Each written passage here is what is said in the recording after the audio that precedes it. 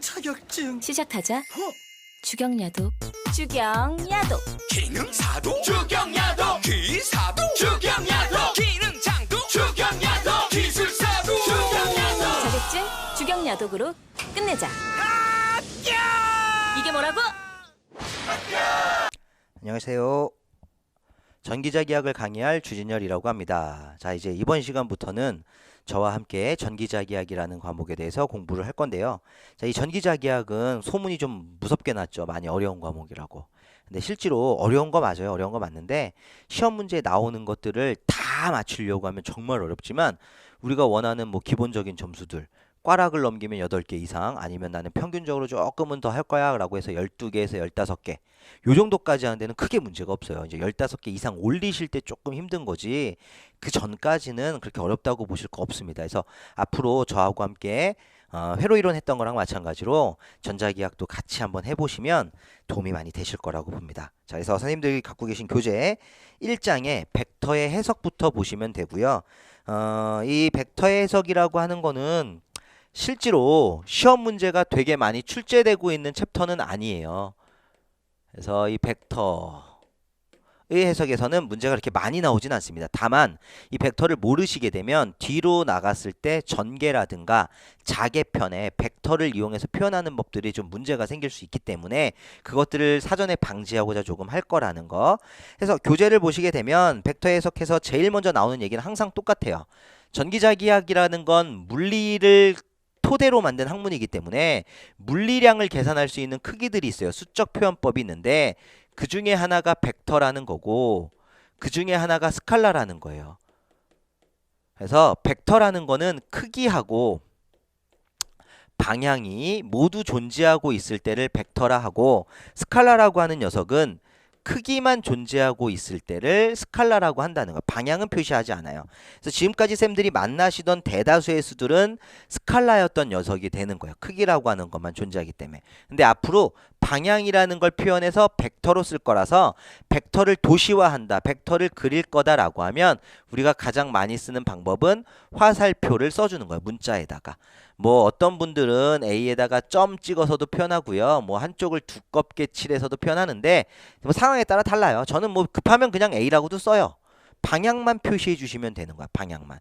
자, 그럼 방향을 표시하는 방법이 어떻게 되는지 보셔야 되는데 어렵지 않습니다. 쌤들 학창 시절에 좌표라는 거를 갖고 논 적이 있어요. 그래서 1,2라는 좌표를 좌표 평면에 그려보실래요? 라고 하면 일반적으로 우리가 선택하는 방법은 이런 거예요. X축이라고 하는 가로축과 세로축이라는 Y축을 기준으로 가로축이 1일 때 세로축이 2가 된다면 1,2라고 하는 점은 1과 2가 만나는 점 여기를 1,2라고 한다는 거죠.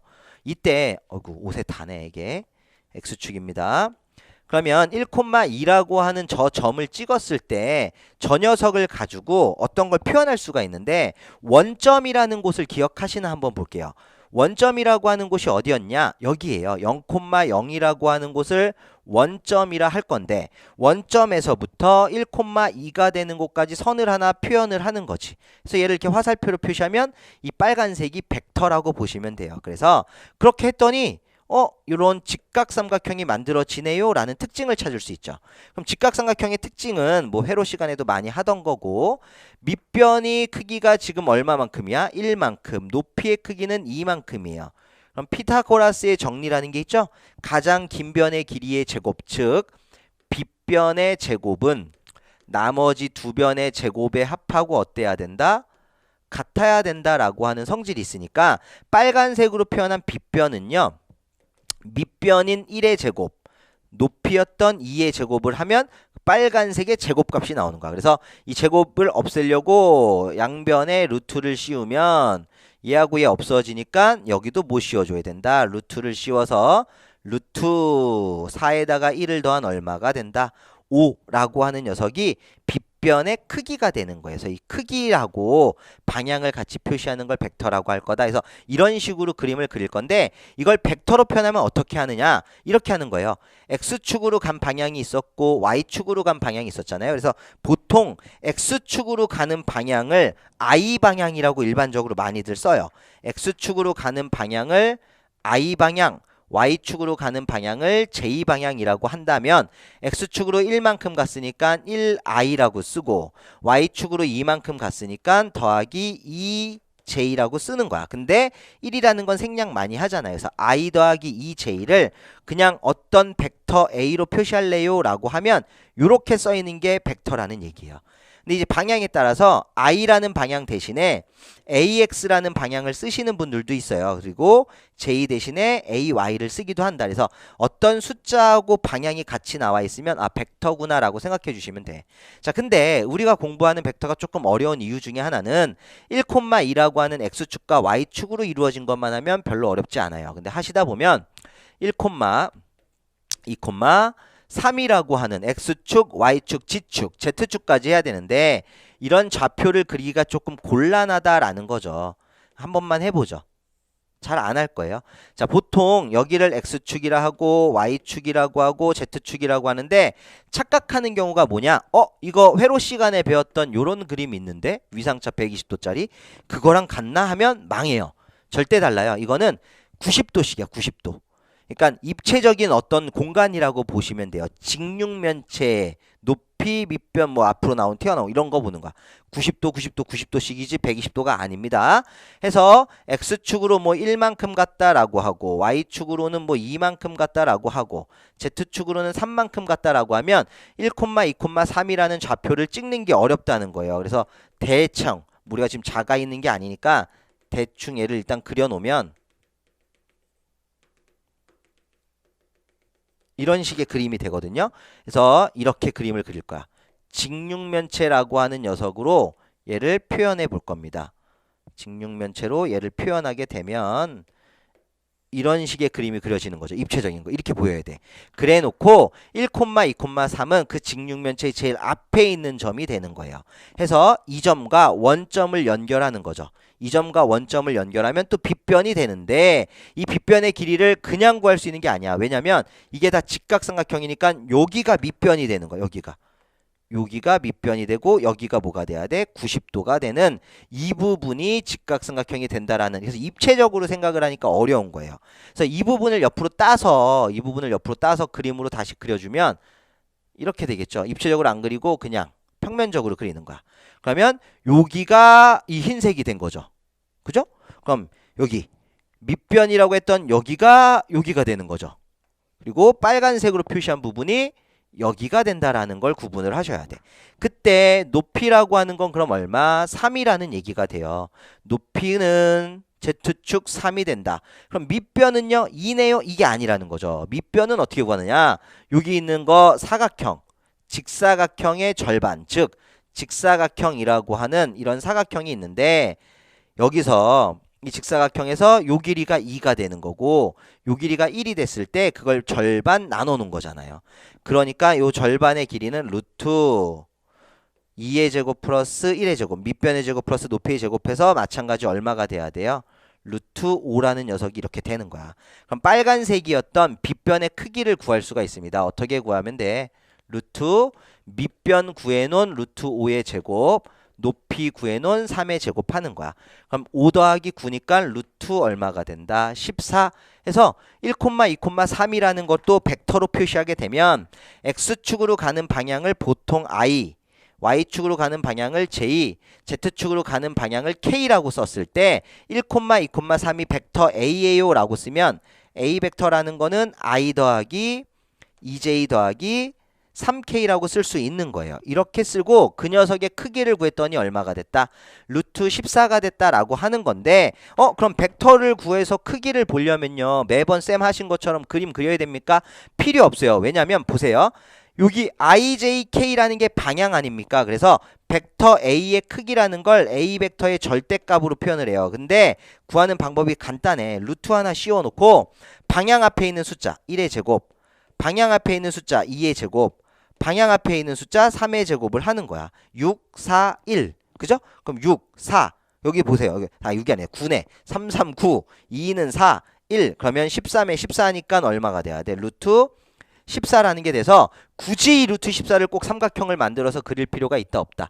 없다. 그러니까 앞으로 쌤들은 그림을 그릴 일이 정말 조금밖에 안 나온다는 거지. 원래 이런 좌표평면을 직각좌표계라고 해요. 그래서 학창 시절에, 그러니까 뭐 대학에서 전자기학을 공부하신 쌤들은 직각좌표계도 있었고 원통좌표계도 있고 뭐 구좌표계도 있고 그래요. 근데 시험에 90% 이상 다 직각좌표계가 나와요. 뭐 가끔 가다가 1년에 한 번 정도나 2번 정도 원통좌표계나 구좌표계로 대응시켜서 푸는 문제가 나와. 근데 그런 것까지 잡으려고 하면 너무 힘드니까 일단은 직각좌표계에 대한 걸 먼저 해놓고 나중에 이런 게 다 됐을 때 원통과 구좌표계에 대해서 얘기를 좀 해볼 거예요. 그래서 벡터라고 하는 녀석을 갖고 표현하는 방법이 이렇다라는 걸 좀 기억을 해주셔야 돼. IJK라고 하는 거는 방향을 나타내는 거고 IJK 대신 쓸 수 있는 건 AX, AY, AZ 이런 거 써도 상관은 없습니다. 고정되어 있는 건 아니에요. 그런 얘기다라는 것들이에요. 그래서 뭐 선생님들 교재에 보면 이런 얘기들이 좀 나오고 예제 1번 문제가 하나 있어요. 교재 내용 중에 직각좌표계의 벡터라는 거 내용 중에 찔 아래쯤에 보면은 예제 1번이 있는데 이거 한번 보고 갈게요. 자, 예제 1번이라고 하는 거 봤더니 A 벡터가 2i 더하기 3j 더하기 k 뭐 그냥 제가 쓰는 거 해도 돼요. 2i 더하기 3j 더하기 K라고 하는 어떤 A 벡터가 있을 때 크기를 구하고 방향 벡터를 구하라고 했는데 자 보세요. 크기를 구하라는 건 A 벡터의 절대값 구하라는 거니까 루트에서 얼마 하시면 돼? 2의 제곱 더하기 3의 제곱 더하기 1의 제곱 하라는 얘기야. 그럼 4, 9, 1 똑같이 얼마가 돼요? 루트 14라고 하는 게 A 벡터의 크기입니다. 그러면 아까 했던 거랑 똑같잖아요. 루트 14라는 크기. 그럼 볼게요. 원래 우리가 벡터라고 하는 녀석을 A 벡터다라고 표현하면 이거는 이 벡터의 크기라는 게 반드시 있어야 되니까 절대값 A라는 게 있는 거죠. 근데 벡터라고 하는 건 크기 말고 또 누가 있다고 했습니까? 방향. 그래서 이 방향을 표시하는 문자를 n이라고 써줘요. 그래서 요 n이라고 하는 거를 방향 벡터라고 일반적으로 보는 거야. 근데 이 방향 벡터라고 하는 n은 결국 수식으로 정리하면 곱하기니까 넘어가면 나누기가 돼서 a 벡터의 크기분의 a 벡터로 표시를 하는 건데 그렇다면 예제 문제처럼 크기가 루트 14로 나왔으니까 루트 14 a 벡터라고 하는 건 문제에서 주어진 조건으로 2i 더하기 3j 더하기 k라고 쓰는 거예요. 이게 방향 벡터야. 그래서 방향 벡터를 이렇게 쓸게요. 루트 14분의 2의 i 더하기 루트 14분의 3의 j 더하기 루트 14분의 1의 k라고 써주면 이것들이 방향 벡터가 되는 거예요. 근데 이 n이라고 하는 녀석을 방향 벡터라고도 부를 수 있는데 다른 말로는 단위 벡터라고도 불러요. 왜 그러냐면 방향 벡터를 계산해 놓고 만약 야 이 방향 벡터의 크기 구해보자 라고 하면 루트만 하나 씌워서 IJK 앞에 있는 숫자들 즉 루트 14분의 2의 제곱 루트 14분의 3의 제곱 루트 14분의 1의 제곱을 하는 건데 보세요. 2를 제곱하면 4, 3을 제곱하면 9, 1을 제곱하면 1, 루트 14, 루트 14, 루트 14 제곱하면 다 14. 결국 14분의 4 더하기 9 더하기 1이니까 14. 결국 얼마야? 1이 나온다는 거야. 이런 특징을 가져와. 방향 벡터라고 하는 건 어떤 놈을 가지고 계산을 하든지 간에 크기를 계산하면 무조건 얼마가 나온다? 1이 나온다. 그래서 방향 벡터를 다른 말로는 단위 벡터라고도 표현할 수 있습니다. 그래서 벡터를 표현하는 기본적인 모양이 야 A라고 이렇게 써주면 이렇게 쓰는 거야. 방향 벡터에다가 A 벡터의 크기를 같이 표현하면 이게 벡터구나 라는 거. 우리는 이런 벡터를 표현할 때 많이 쓰는 좌표계가 직각 좌표계가 될 거구나 라는 걸 기억을 해주면 그 예제 문제 있는 데까지 해서는 별도로 뭐 신경 쓰실 거 없어요. 나머지 것들은 또 이제 문제에서 하나씩 해결해야 되는 거고.